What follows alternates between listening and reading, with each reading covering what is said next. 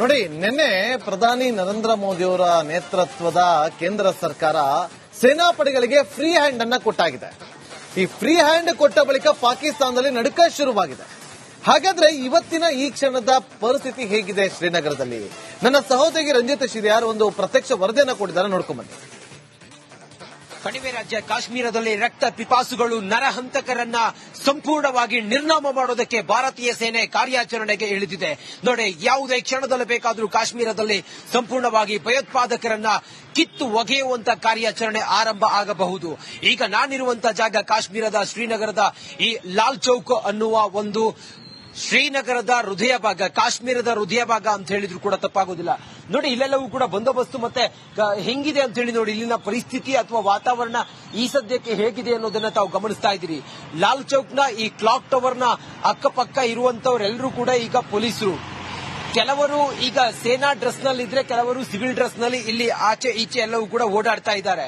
ಯಾಕಂತ ಹೇಳಿದ್ರೆ ಕಾರ್ಯಾಚರಣೆಯಲ್ಲಿ ಕೆಲವು ಇಲ್ಲಿನ ಸ್ಥಳೀಯರು ಈ ಭಯೋತ್ಪಾದಕರಿಗೆ ನೆರವಾಗಿದ್ದಾರೆ ಅಥವಾ ಅವರಿಗೆ ಮಾಹಿತಿಯನ್ನ ಕೊಡ್ತಾ ಇದ್ದಾರೆ ಅನ್ನೋ ಕಾರಣಕ್ಕೋಸ್ಕರ ಸಿವಿಲ್ ಡ್ರೆಸ್ ನಲ್ಲಿ ಕೆಲವು ಪೊಲೀಸರು, ಜಮ್ಮು ಕಾಶ್ಮೀರದ ಪೊಲೀಸರು ಓಡಾಡ್ತಾ ಇದ್ದಾರೆ.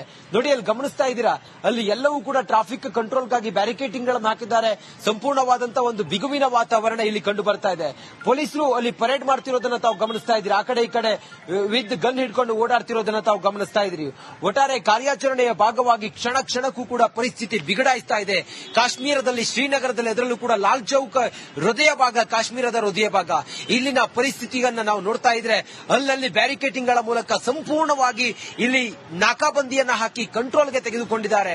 ಆ ಮೂಲಕ ಯಾವುದೇ ಅಹಿತಕರ ಘಟನೆಗಳಾಗದಂತೆ, ಹಾಗೆ ಏನಾದ್ರೂ ಸೇನಾ ಆಪರೇಷನ್ ಆರಂಭ ಆಯಿತು ಅಂತ ಹೇಳಿದ್ರೆ ಇಲ್ಲೆಲ್ಲವೂ ಕೂಡ ಒಂದು ಬಂದೋಬಸ್ತನ್ನ ಬಿಗಿಗೊಳಿಸಲಾಗಿದೆ. ಸದ್ಯಕ್ಕೆ ನಿರಂತರವಾಗಿ ಮೀಟಿಂಗ್ಗಳ ಮೇಲೆ ಮೀಟಿಂಗ್ಗಳು ಸೇನಾಧಿಕಾರಿಗಳು ಮಾಡ್ತಾ ಇದ್ದಾರೆ. ಇನ್ನೊಂದು ಕಡೆಯಲ್ಲಿ ಕೇಂದ್ರ ಸರ್ಕಾರವೇ ನೇರವಾಗಿ ಈ ಪ್ರತೀಕಾರದ ಪರಮಾಧಿಕಾರವನ್ನ ಸೇನೆಗೆ ಕೊಟ್ಟಿರೋದ್ರಿಂದಾಗಿ ಕಾರ್ಯಾಚರಣೆಯನ್ನ ಸೇನೆ ಯಾವ ಕ್ಷಣದಲ್ಲಿ ಬೇಕಾದರೂ ಮಾಡಬಹುದು. ಅದಕ್ಕಾಗಿ ಲಾಲ್ ಚೌಕ್ನಲ್ಲಿ ಎಲ್ಲಾ ರೀತಿಯ ಬಿಗುವಿನ ವಾತಾವರಣ ನಿರ್ಮಾಣ ಆಗಿದೆ. ಸೇನಾ ಬಂಕರ್ಗಳನ್ನು ನಿಯೋಜನೆ ಮಾಡಲಾಗಿದೆ. ಕ್ಷಣ ಕ್ಷಣಕ್ಕೂ ಕೂಡ ಒಂದು ರೀತಿಯಲ್ಲಿ ಬಿಗುವಿನ ವಾತಾವರಣ ಇದೆ. ಕಾಶ್ಮೀರದ ಶ್ರೀನಗರದಿಂದ ನಾನು ರಂಜಿತ್ ಶಿರಿಯಾರ್, ರಿಪಬ್ಲಿಕ್ ಕನ್ನಡಕ್ಕಾಗಿ. ಜೈ ಹಿಂದ್. ಪಾಪಿ ಪಾಕಿಸ್ತಾನ ಪಹಲ್ಗಾಮ್ ಉಗ್ರ ದಾಳಿ ಬಳಿಕ ಗಡಿಯಲ್ಲಿ ಪದೇ ಪದೇ ಕಿರಿಕನ್ನ ಮಾಡ್ತಾ ಇದೆ. ಸುಮ್ಮನೆ ಇರೋ ಬದಲು ಸತತ 6ನೇ ಬಾರಿಗೆ ಸೀಸ್ ಫೈರ್ ಉಲ್ಲಂಘನೆ ಮಾಡಿದೆ. ಇದಕ್ಕೆ ಭಾರತ ಸೇನೆಯು ಕೂಡ ತಕ್ಕ ಉತ್ತರವನ್ನ ಕೊಡ್ತಾ ಇದೆ.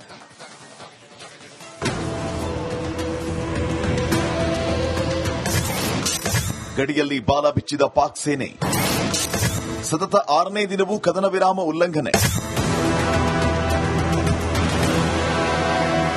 ಪಹಲ್ಗಾಮ್ ಉಗ್ರದಾಳಿಯ ಬಳಿಕ ಭಾರತ ಪ್ರತೀಕಾರಕ್ಕೆ ರಣತಂತ್ರವನ್ನ ಹೆಣೆಯುತ್ತಿದೆ. ಆದರೆ ಪಾಕ್ ತನ್ನ ನರಿ ಬುದ್ಧಿಯನ್ನ ಮುಂದುವರೆಸಿದೆ. ಸತತ 6ನೇ ದಿನವೂ ಗಡಿಯಲ್ಲಿ ಗುಂಡಿನ ದಾಳಿಯನ್ನು ನಡೆಸಿ ಕದನ ವಿರಾಮ ಉಲ್ಲಂಘನೆ ಮಾಡಿದೆ. ಭಾರತ ಮತ್ತು ಪಾಕಿಸ್ತಾನ ನಿಯಂತ್ರಣ ರೇಖೆ ಅಂದರೆ ಎಲ್ಒಸಿಯಲ್ಲಿ ಪಾಕಿಸ್ತಾನ ಯದ್ವಾ ತದ್ವಾ ಫೈರಿಂಗ್ ಮಾಡ್ತಾ ಇದೆ. ಇದಕ್ಕೆ ಸರಿಯಾಗಿ ಭಾರತೀಯ ಸೇನೆ ಕೂಡ ಪ್ರತ್ಯುತ್ತರವನ್ನ ನೀಡುತ್ತಾನೆ ಬಂದಿದೆ.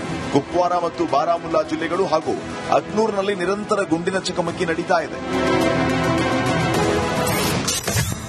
ಗಡಿಯಲ್ಲಿ ಪಾಕ್ ಕಿರಿಕ್.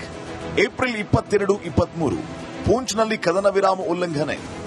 ಏಪ್ರಿಲ್ 24, 25 ಕುಪ್ವಾರಾದಲ್ಲಿ ಗಡಿಯಾಚೆ ಗುಂಡಿನ ದಾಳಿ. ಏಪ್ರಿಲ್ 25, 26 ಎಲ್ಒಸಿಯ 34 ಸ್ಥಳಗಳಲ್ಲಿ ಪಾಕ್ನಿಂದ ಫೈರಿಂಗ್. ಏಪ್ರಿಲ್ 26, 27 ಕುಪ್ವಾರಾದಲ್ಲಿ 2ನೇ ಬಾರಿಗೆ ಗುಂಡಿನ ದಾಳಿ. ಏಪ್ರಿಲ್ 28 ಪಾಕ್ನಿಂದ ಕುಪ್ವಾರಾ ಮತ್ತು ಪೂಂಚ್ನಲ್ಲಿ ಫೈರಿಂಗ್.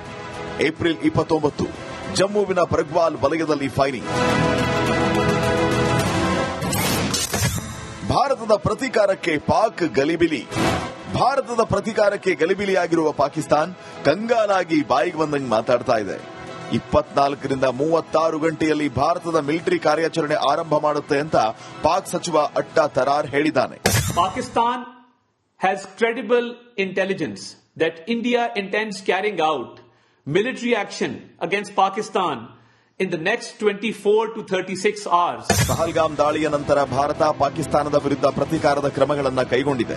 ಆದರೆ ಪಾಕ್ ತನ್ನ ಹಳೆ ಚಾಳಿಯನ್ನ ಮುಂದುವರೆಸಿದೆ. ಇದಕ್ಕೆ ಭಾರತ ಸದ್ಯದಲ್ಲಿಯೇ ಬ್ರೇಕ್ ಹಾಕುವುದು ಪಕ್ಕಾ. News desk, republic Kannada. ನೋಡಿ, ಇಷ್ಟೊತ್ತರೆಗೂ ಕೂಡ ನಮ್ಮೊಂದಿಗೆ ನಾಯಬ್ ಸುಬೇದಾರ್ ಅವರಿದ್ರು, ವೇಣು ಅವರು. ಮಾತಾಡ್ತಾ ಇದ್ರು. ಅವರಿಂದ ಕಡೆಯದಾಗಿ ಒಂದು ರಿಯಾಕ್ಷನ್ ತಗೊಂಡ್ಬಿಡ್ತೀನಿ ಸರ್. ಈಗ ಕ್ಯಾಬಿನೆಟ್ ಮೀಟಿಂಗ್ ನ ವಿಚಾರವಾಗಿ ಕೆಲವೇ ಕ್ಷಣಗಳಲ್ಲಿ ಸುದ್ದಿಗೋಷ್ಠಿ ನಡೆಯುತ್ತೆ. ನಿನ್ನೆ ಫ್ರೀ ಹ್ಯಾಂಡ್ ಕೊಟ್ಟಿದ್ದಾರೆ, ಏನಾಗ್ಬೋದು? ಕ್ವಿಕ್ ಆಗಿ ರಿಯಾಕ್ಷನ್. ಈಗಾಗಲೇ ಎಲ್ಲ ಭದ್ರತಾ ಏನು ತಗೋಬೇಕಾಗಿತ್ತು ಅವೆಲ್ಲವನ್ನು ತಗೊಂಡು ಇನ್ನು ಆಕ್ಷನ್ಗೆ ರೆಡಿಯಾಗಿ ನಿಂತಿದೆ. ಮೂರು ಸೇನಾ ಮುಖ್ಯಸ್ಥರು ನಿನ್ನೆನೆ ಫ್ರೀ ಹ್ಯಾಂಡ್ ಕೊಟ್ಟಿದ್ದಾರೆ. ನೀವು ಏನ್ ಬೇಕಾದ್ರೂ ಮಾಡಿ, ನಮ್ಮ ಒಂದು ಈ ಉಗ್ರರನ್ನ ಹುಡುಕಿ ಹೊಡೆಯುವಂತ ನಿರ್ನಾಮ ಮಾಡುವಂತ ಸಿದ್ಧತೆಗಳನ್ನ ಆಲ್ರೆಡಿ ಮಾಡಾಗಿದೆ. ಇನ್ನೇನು ಆಕ್ಷನ್ ಆಗ್ಬೇಕು, ಅದಕ್ಕೋಸ್ಕರ ಕಾಯ್ತಾ ಇದಾರೆ. ಇನ್ನೇನು ನೀವು ಈಗಾಗಲೇ ತೋರಿಸಿದಾಗೆ ಸಿಡಿಎಸ್ ಆಗಿರ್ಬೋದು, ನಮ್ಮ ಮೂರು ಸೇನೆಯ ಮುಖ್ಯಸ್ಥರಿಗೆ ಏನೆಲ್ಲ ಫ್ರೀ ಹ್ಯಾಂಡ್ ಆಗಿ ಕೊಟ್ಟಿದ್ದಾರೆ. ಇನ್ನು ನಾವು ಹೊಡಿಬೇಕಾಗಿದೆ. ಏನು ಪಿಒಕೆ ಏನು ನಮ್ಮ ಅಸ್ತಿತ್ವದಲ್ಲಿತ್ತು ಅದನ್ನ ಯಾವ ರೀತಿ ಆಕ್ಯುಪೈ ಮಾಡ್ಕೋಬೇಕು ಅಂತೇಳಿ ಎಲ್ಲ ಸಿದ್ಧತೆಗಳು ನಡೆದಿದೆ.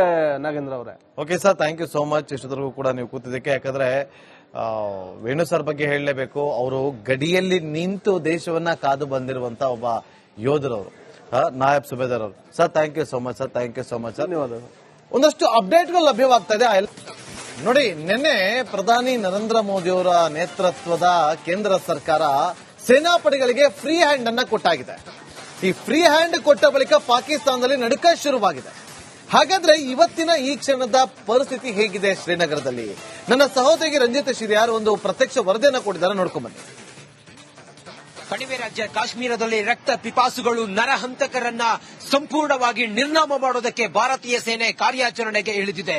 ನೋಡಿ, ಯಾವುದೇ ಕ್ಷಣದಲ್ಲಿ ಬೇಕಾದರೂ ಕಾಶ್ಮೀರದಲ್ಲಿ ಸಂಪೂರ್ಣವಾಗಿ ಭಯೋತ್ಪಾದಕರನ್ನ ಕಿತ್ತು ಒಗೆಯುವಂತ ಕಾರ್ಯಾಚರಣೆ ಆರಂಭ ಆಗಬಹುದು.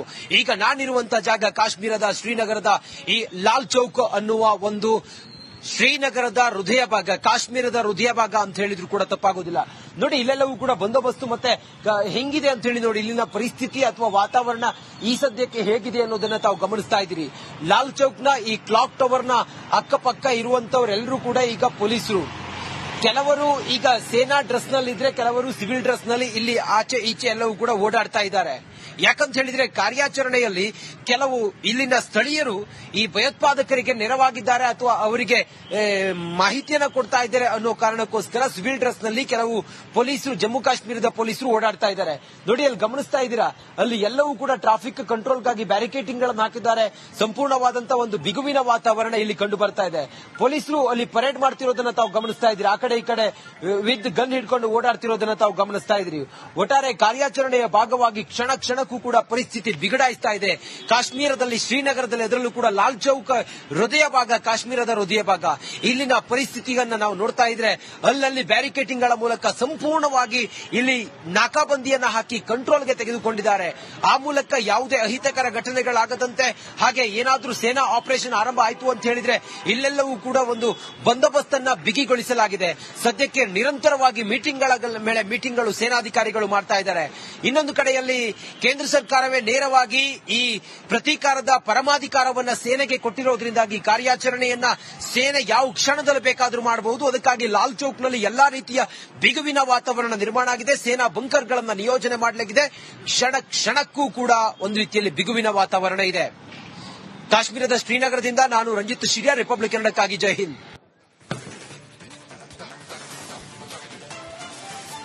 ಪಾಪಿ ಪಾಕಿಸ್ತಾನ ಪಹಲ್ಗಾಮ್ ಉಗ್ರ ದಾಳಿ ಬಳಿಕ ಗಡಿಯಲ್ಲಿ ಪದೇ ಪದೇ ಕಿರಿಕನ್ನ ಮಾಡ್ತಾ ಇದೆ.